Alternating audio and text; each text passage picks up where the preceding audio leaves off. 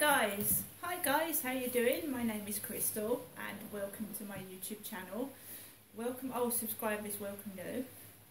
If you like my videos, please press the like button and please do subscribe. Alexa, what's the time please? It's 6:08 p.m. Right, 6:08 p.m. and I'm at my flat in Rochester. So I went to Chatham today to see my mum. And a taxi arrived at my address just after 12, I think it was. I got in the taxi and I went to see my mum, who is elderly. She's 77. I know I said I wasn't going to go, but I decided to go. I'd had a very quiet weekend. I hadn't even gone to the co-op on Sunday or Monday, so for 2 whole days I had not spoken to anyone and I hadn't really gone anywhere, right? And if you keep carrying on like that, it's going to make you depressed, low, and feel terrible, isn't it? If you feel closed in and unable to go out. So I forced myself to get up this morning. I answered my mum's phone call, and my mum has said, when you feel like that, Genestra, to call my mum. Because I didn't call my mum over the weekend either. I didn't answer the phone calls or anything. I felt cooped up indoors after what happened. Nothing major. Somebody got the wrong idea. I just wanted a friend and a companion, and I wouldn't have minded walking a dog around the field, but I don't want intimate touching, okay? Not when you don't know somebody's background, history, or who they are. You don't. I personally, when I meet someone, I don't kiss them, I don't hug them, not on the first couple of meetings, no. That wasn't a date. I mean, going outside, meeting and talking to someone, I don't hug them and kiss them. I'm not a touchy-feely person. So in his eyes, he probably thought he wasn't doing anything wrong, because perhaps he goes up to people and does that to everyone. I don't know. I don't know him that well. So it actually taken me aback. I felt awful. So I got into the taxi driver with a cap on his head, a male taxi driver. I'm a woman, a female, sat in the back seat. Fairly smooth journey up to Chatham. The Luton Road has got traffic lights, temporary traffic lights, about 2 or 3 in the road. You stop, you start, you stop, you start. I finally got to my mum's. The taxi drove right to the doorstep. I'd already seen her neighbour, which is blonde. She's a very large blonde lady. She had a black pair of trousers on, messy blonde hair and glasses, and she's got mixed race, either grandchildren or children. So she was walking a dog and she had her children or grandchildren with her, and she was walking up from the shops to Durrell Gardens. So that they'd gone to the shops and they were walking up the road. My mum gives me the money to give to the taxi driver. I pay the taxi driver with what my mum's given me, and we go inside, and my mum is very quiet. She's quiet, she's relaxed, and we just talk, and it's a normal conversation. There's no arguments, there's no raised voices. And when I felt I handled it differently, when I felt my mum was going to go off on a tangent, I just tried to explain to her that I wasn't trying to be nasty. I was just trying to explain it would be nice if my mum was able to get out, to use Dad's money to get some furniture and make herself feel better, and stop worrying about what the neighbours have and haven't got, whether they've been to the hairdressers, have their nails done, and to maybe try and do that for herself. You know, I'm trying to help my mum. I don't, you know, she's in a rut.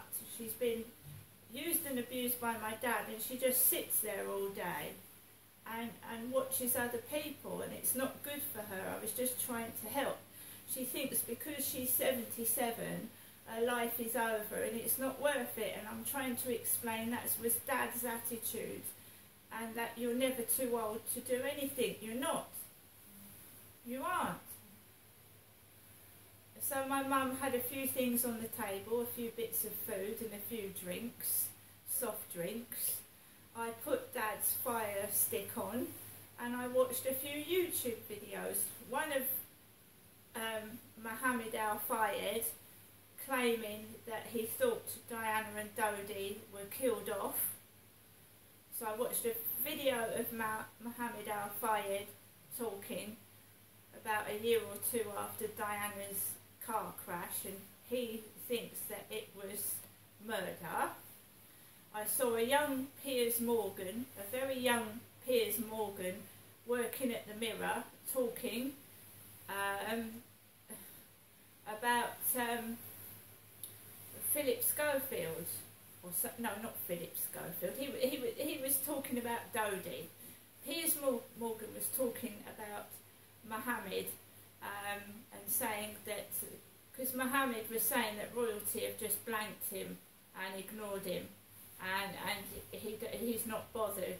There's a few swear words in the video as well, and you've got to look inside Harrods as it was in about 1999 or 2000, and it was very interesting. So I watched that video. I watched a video on Harry and Meghan Markle, because my mum wanted to see if Meghan Markle had been married once or twice. My mum said, has Meghan Markle been married before? So I flicked through YouTube on videos about Meghan Markle and her previous relationships, because there's rumours going about that Harry has gone to a solicitor about a divorce from Meghan. There's rumours, whether it's true or not, I don't know. There was also something going around that King Charles is jealous of Kate Middleton because she's like Diana and she's upstaging King Charles because she's in the papers a lot. So apparently there's also a rumour going about that King Charles III is jealous of Kate Middleton like he was with his wife Diana. But you can't always believe everything anyone says, so I don't know if that's true. Sue knocked on the door about halfway through my visit to my mum. Sue is my mum's next door neighbour. My mum had been keeping a parcel for Trudy. The postman had knocked my mum's door and asked her to keep a parcel for Trudy. So Sue came knocking at the door for a parcel. I went out the back because what my mum says to Sue is their private business, and that was that. Mum gave the parcel to Sue. I came back in and Mum said, would you like a takeaway? And the place that I use is Super Pizza. Super Pizza, it's the only takeaway place that I find that the food is fresh. It was a bit hot a week ago, but it was perfect today. I had a lovely burger with relish, no cheese, a quarter pounder with no cheese on, but relish and mayo, and I got some chicken bites and chips. They got to give me some chips with those. Got the chips here, and I shared the chips with my mum, and she started to go to sleep afterwards. She got tired after eating those chips. My mum actually started falling asleep on the sofa after eating Super Pizza's chips. This is a piece of banoffee pie. Banana and toffee, look, banoffee pie from Super Pizza, which I'm going to sit down and eat with my coffee. I'm going to sit down and eat this with my coffee. So guys, I'm back from my mum's. I came home just before the man upstairs. I came home in a taxi. The taxi driver was a short, stocky Asian man of about 40, 45, black hair, short and stocky Asian man from Star Taxis, and he picked me up outside my mum's flat, and he took me home to Rochester and dropped me right off by my block of flats. There was a white car outside, not similar to my son's that he used to drive. It's a lot bigger, a BMW. And I'm in my flat now. I'm going to eat the banoffee pie. I have a cup of coffee. My dog is fine. Here he is, Max. Greeted me, jumped all over me and was excited to see me, his owner. And I'm okay. My neighbour came in approximately about 25 past 5.